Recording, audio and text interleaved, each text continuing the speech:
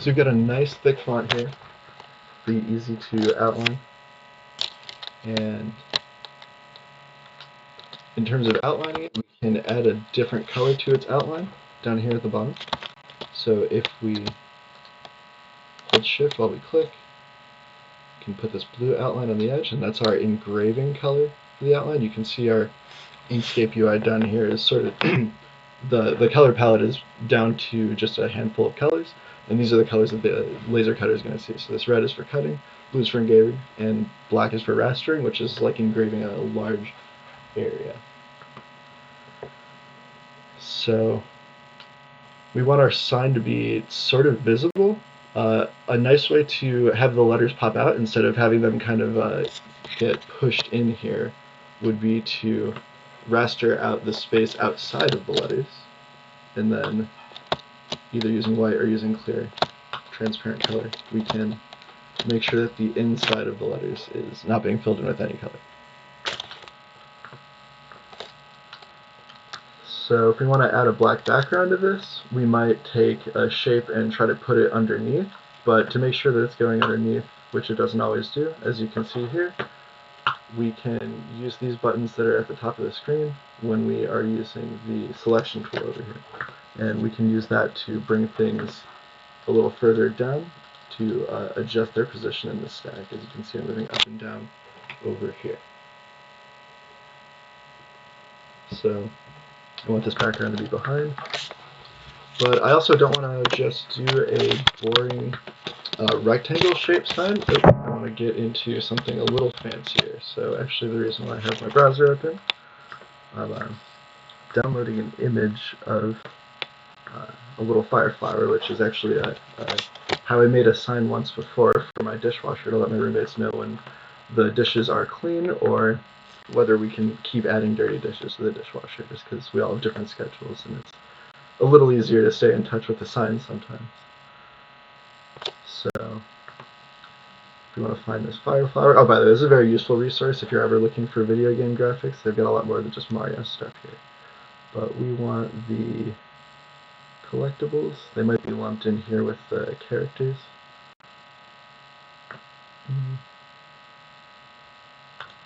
Could also be in this one. Okay, I see a fire flower down there. So I'm going to copy that. I'll bring it into Inkscape. Like so. And it's sort of covering everything up, but we already know how to put that onto the bottom. And we are only going to focus on one small part of this sheet over here. So we're going to blow this thing up so that we can focus in on that and just get a rough outline of the fire flower. We're going to use our grids in Inkscape to actually follow along with sort of the square pixels of this thing. So our grid right now is pretty decent size, and actually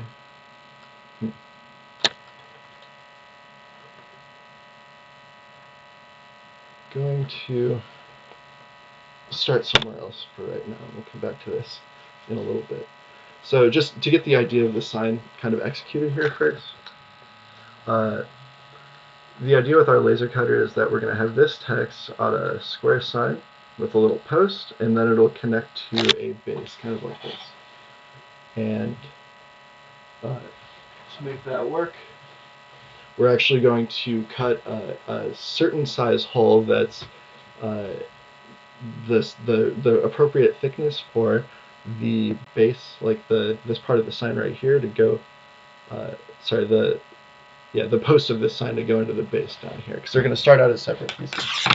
However, the top portion here of the sign will be one continuous piece, kind of like this.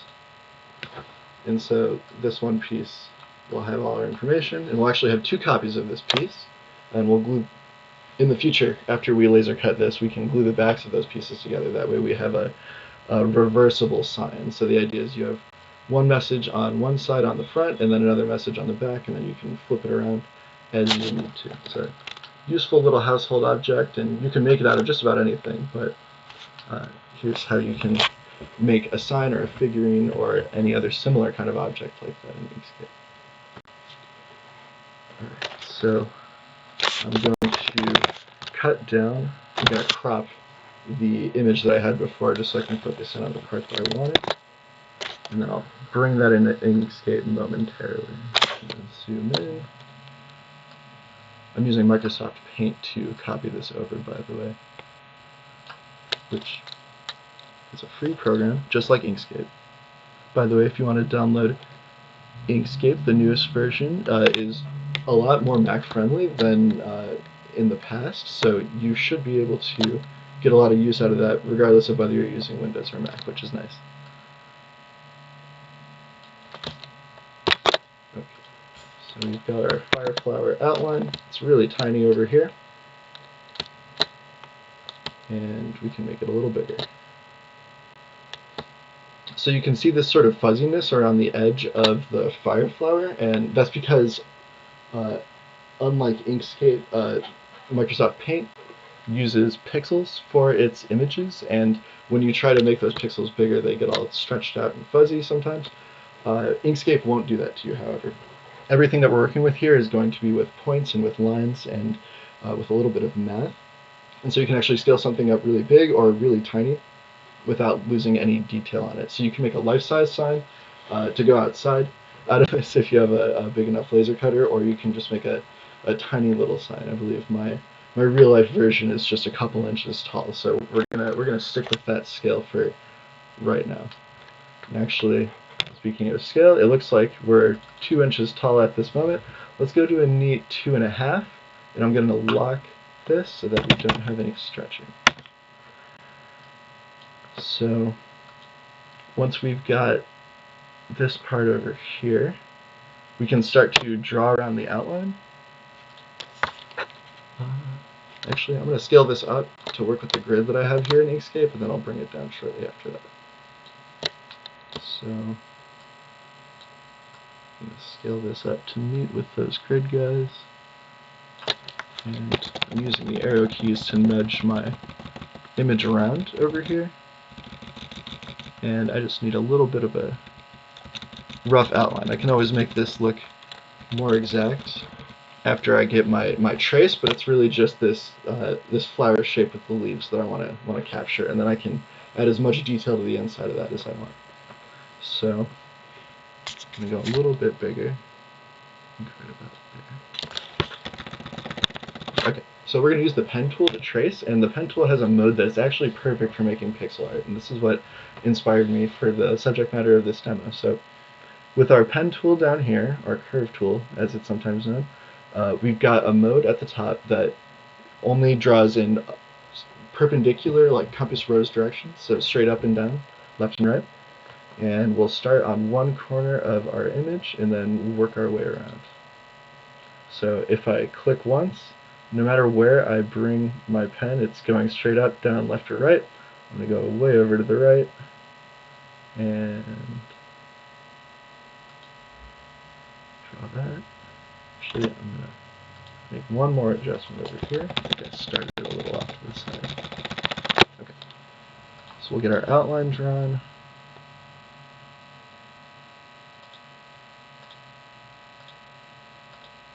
Up, and then cross, down, over.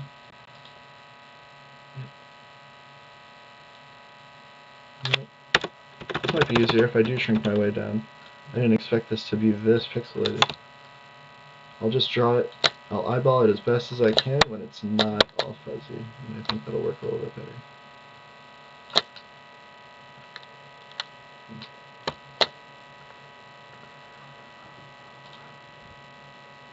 So normally when you're working with pixels, it's usually a good idea to stick with a very solid kind of square size or pixel size. That way everything ends up being uniform.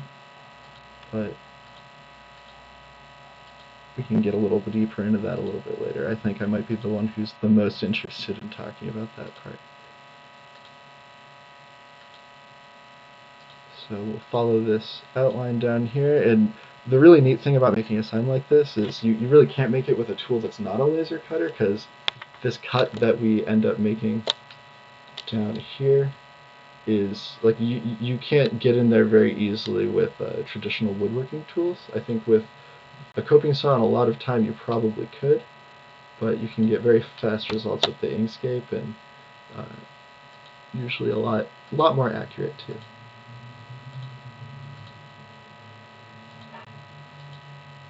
So we're going to complete our outline, and then we can show you.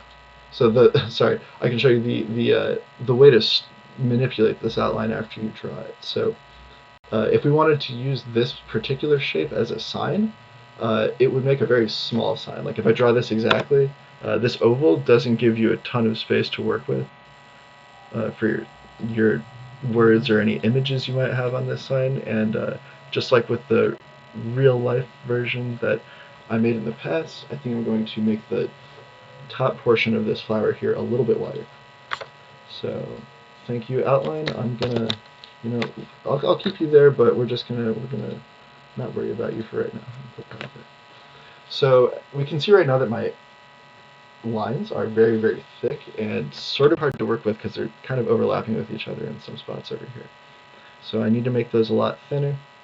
So I'll switch to pixels because that's our small unit, and I'll go to a very small amount of pixels, or a tenth of a pixel for my outline size. And up here now, when we switch to this node selection tool, it's much easier to see the lines that we created and what they're actually doing. They're about the same size as these points instead of the lines being 10 times as thick. And if we want to make any adjustments, it's easy to see them and grab the ones that we want. So the idea here to make the top of this sign wider would be to, first of all, get this out of the way a little bit. Grab that one too. I'm holding shift to grab extra points, by the way, and just using the arrow keys to slide stuff down. So we can grab a bunch of points on one side, like on the left over here. Grab a few more. Grab those two. And then I can use my arrow keys to make these points move. How did that grab that though?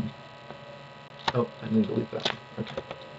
So, that's a dramatic amount. I'm going to make this bigger in a moment, but right now these lines are nice and easy to see. So this scale is pretty good, and I might wait until the end of this exercise to scale it back up to the 2.5 inches that we were talking about before. So we can grab a few points and avoid that corner one right there. Grab these guys, and then if I'm holding Alt, my arrow keys will make the points move in a very small amount, very gradual. You can see that tracing across the screen. And I don't want to make this thing too much bigger than the base of it, but we can always, like, we have not made the base yet, so we can make a very large, very wide base on this if we're worried about how well this thing is going to be able to balance. We make it very, very big, but I'm going to back up just a little bit.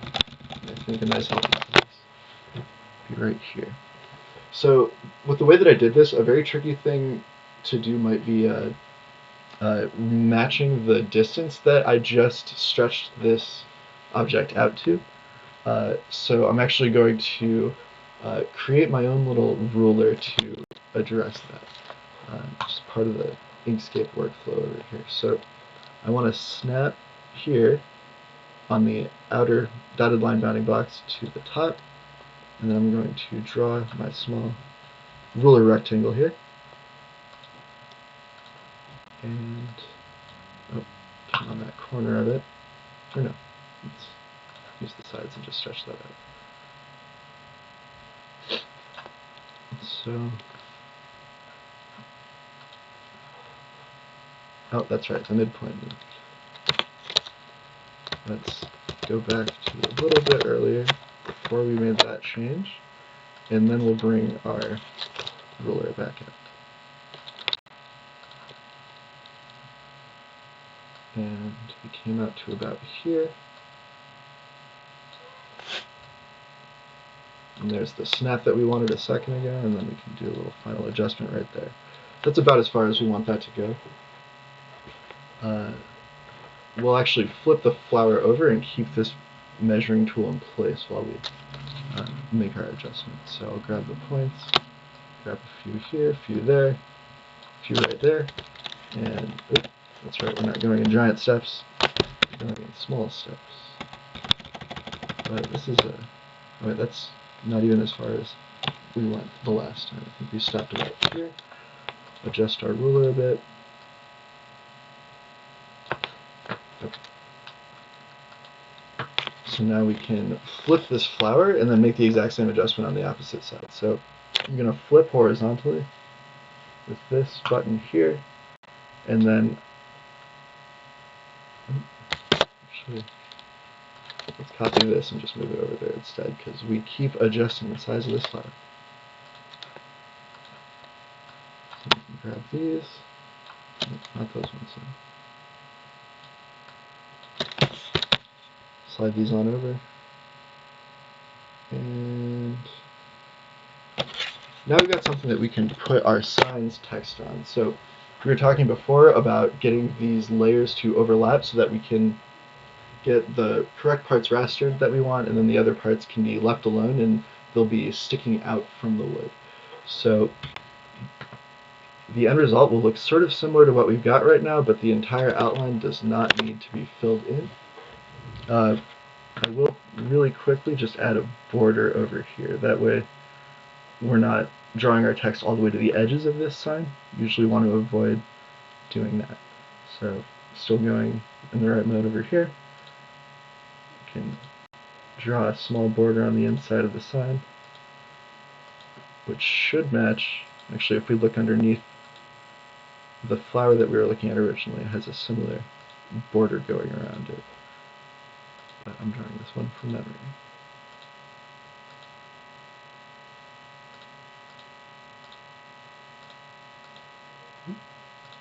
Okay, with that, make the line smaller. And ultimately, the inside of this outline is what we're going to keep black, and then the rest of the sign we don't need to raster. And hey, there's that flower. I think we can. No, actually, I'm going to leave it there for the details still. So here we can put our text, keep this layer filled in, and then we'll have white text that's sitting on top of this. And when you have white text or a white object like this, text, oh, that's the word text. Trying the wrong color.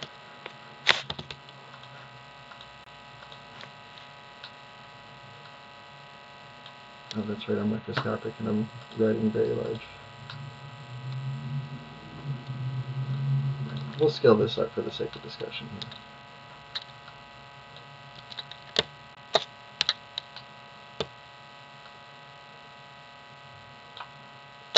Okay, so with this text filled in with a little bit of white, we'll put it on the very top layer, and you can see that it covers up the black layer underneath. So even though the entire black layer down here is filled with black, since the laser cutter will also see the white layer on top, the white is basically the don't cut or engrave or raster color, and so it will stop the laser cutter from rastering these spots underneath the letters over here. Get them to a more realistic size for this sign, and we can get that snapped into the middle a little bit later. So the outside of the sign, we are going to need it to cut out so that it can stick into our base, which will also have a hole cut out in the middle of it, as well as being cut out on the edges. So cutting the edges here with red. I'm going to increase my line thickness since our scale went up, and I figure this is a little harder to see. So we want to cut on the outsides there, and then now we should start thinking about our base. So you can think of the base of like a figurine or a sign that you create in Inkscape as sort of a popsicle stick. So right now my sign is a popsicle, and I want to add a small popsicle stick to the bottom. And we'll add it to the same outline so that it's one continuous object once we have it centered.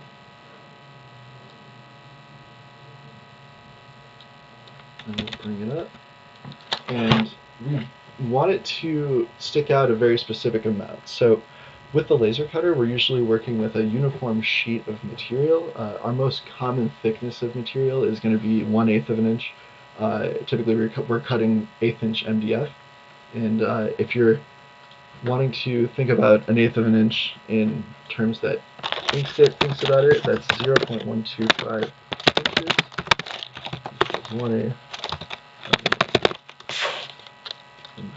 That almost fits. Okay.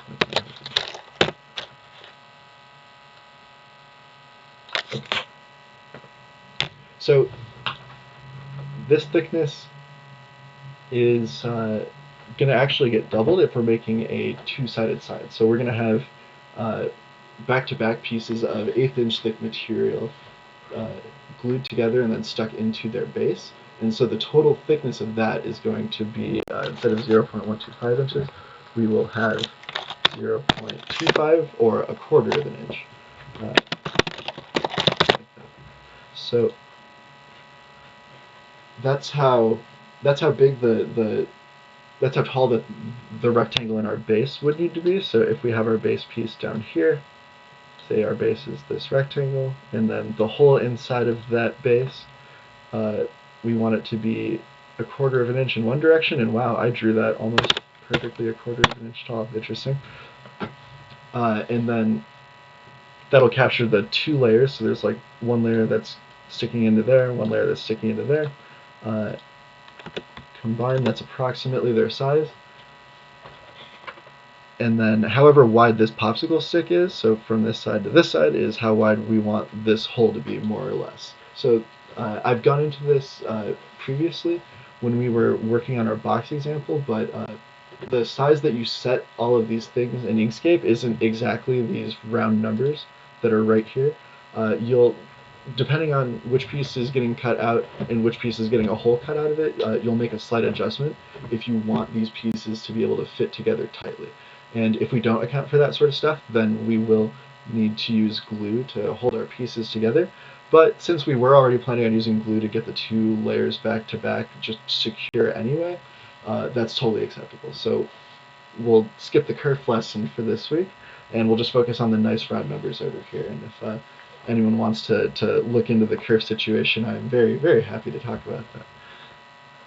But for right now, let's make sure our base is, okay, so since it's 1/4 of an inch tall in this direction, let's make sure it's at least 1/4 of an inch wide in the other direction. So what's the width on this rectangle? Oh, we're not quite there. We're a little less, so I'm going to type 0.25. Oh, 25. And then that's what it looks like for that size. And so the other thing we didn't necessarily account for is how far down this popsicle sits, so like how deep into the base it's going to go. So if we're only going to have one layer of our material for this, then that means we can only go 1/8 of an inch in before we're sticking out through the bottom of our base. But since we've decided to make this sign 2 layers thick, I think we should also make the base 2 layers thick. So let's keep using 0.25. So I want the height of this rectangle to also be 0.25, just for the sake of sizing. And then I'm going to turn that one off, but I'm going to make sure that I snap onto the bottom of this shape right here. And usually that's enough to make sure that we can add on to an outline. Oh, I kept this thing locked, so that did not scale the way I meant for it to. There we go.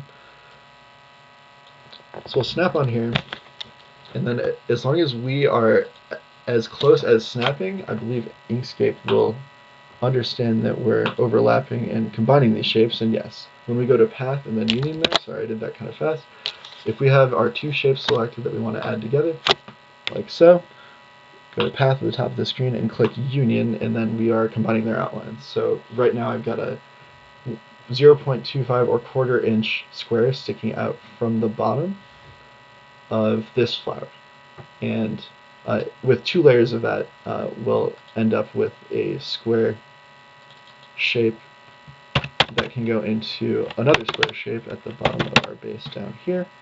And of course we want to make sure that the slot on our base is going to be in the center. So to make sure our objects are centering, we can use the same bounding box settings, and then turn on this one, and then we'll snap one object to the center of another object, like so. So now we've got these two and their relationship solidified, and I'm going to group them, that way they don't get moved apart from each other. By the way, the hotkey we use for that is Control-G to group. And we can do this same technique to center our text on our sign over here. So in this case, it's harder to find the center of this object because we've added all this length to the bottom, so instead I'll just snap to the top. I'll snap the top of one to the top of another, and then I'll just move it straight down with the arrow keys. And, oh, that's right, we're moving in large steps, so we'll hold Alt to move in some smaller steps, and we'll stop, and it looks like we're about... That seems good.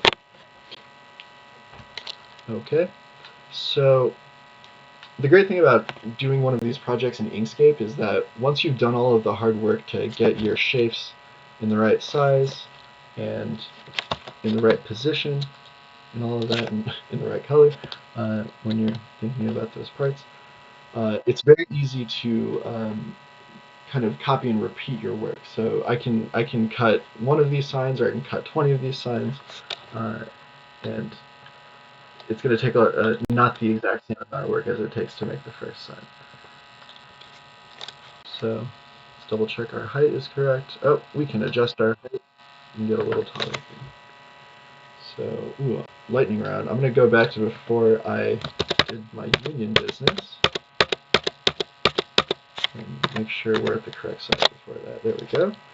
Control-Z and Control-Y are your best friends in these situations.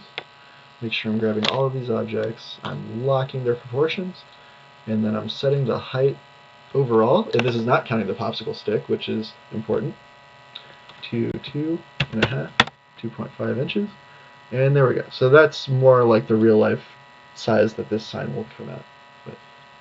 And I just realized I'd never got around to these details, and I do want to get them in here very quick, so do a few more squares.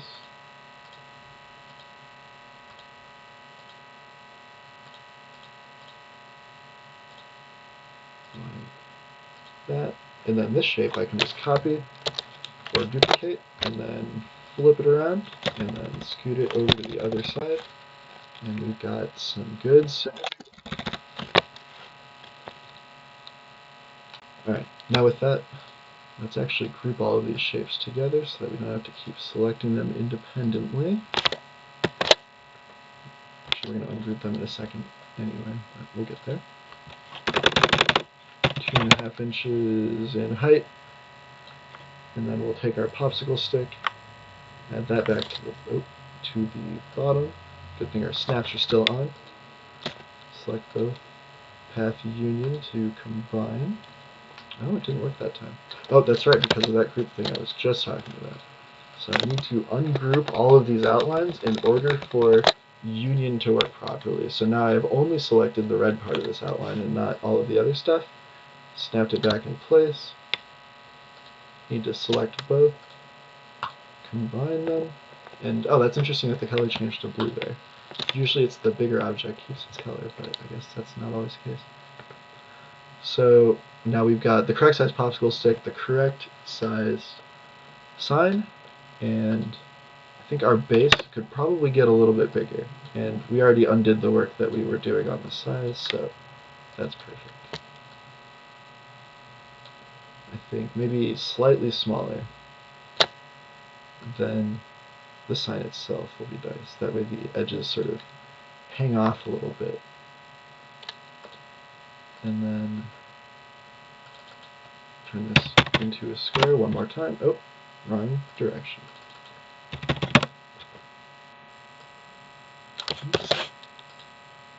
We can overlap these.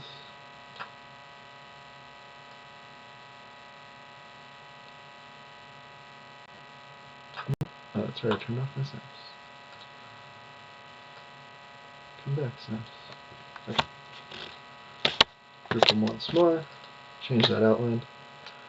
And oh yeah, so I was talking about copying our work before. So I did a bunch of work to make this one side.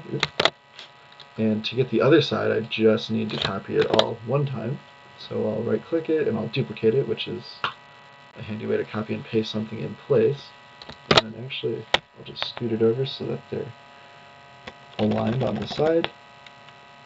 And now we've got a front and a back for this side. And when they both cut out, both of these pieces, they're rectangles on their own if you're looking at them from the bottom, but when they layer together, they'll form a square of the correct thickness to go into our base over here. And if we were to put, I don't know, like an open or close sign, or a yes or no, or a happy, sad, or a loading complete sign, then we can flip it around and help people know when the dishwasher's full, or use a similar idea for a bunch of other different things. So that's sort of it for creating one of these. I think we're nearly ready to wrap up as it is. Just want to remind everyone that we will be going into even more Inkscape activities when we work on our group project this afternoon. It's a collaborative quilt that we're all laser cutting and adding to week by week. So stay tuned if you want to learn a little bit more about that. You can go to our website to learn a little bit more. And yeah, I'll monitor the chat for questions here, but I think we're about ready to sign off.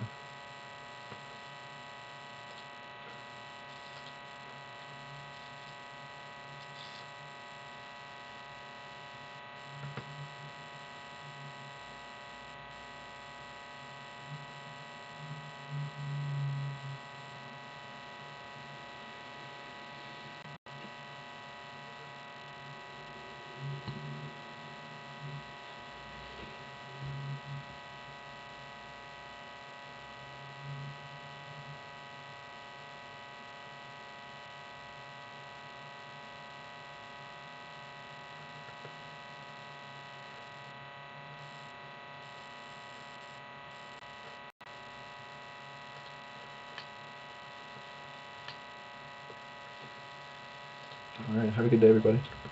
Take care.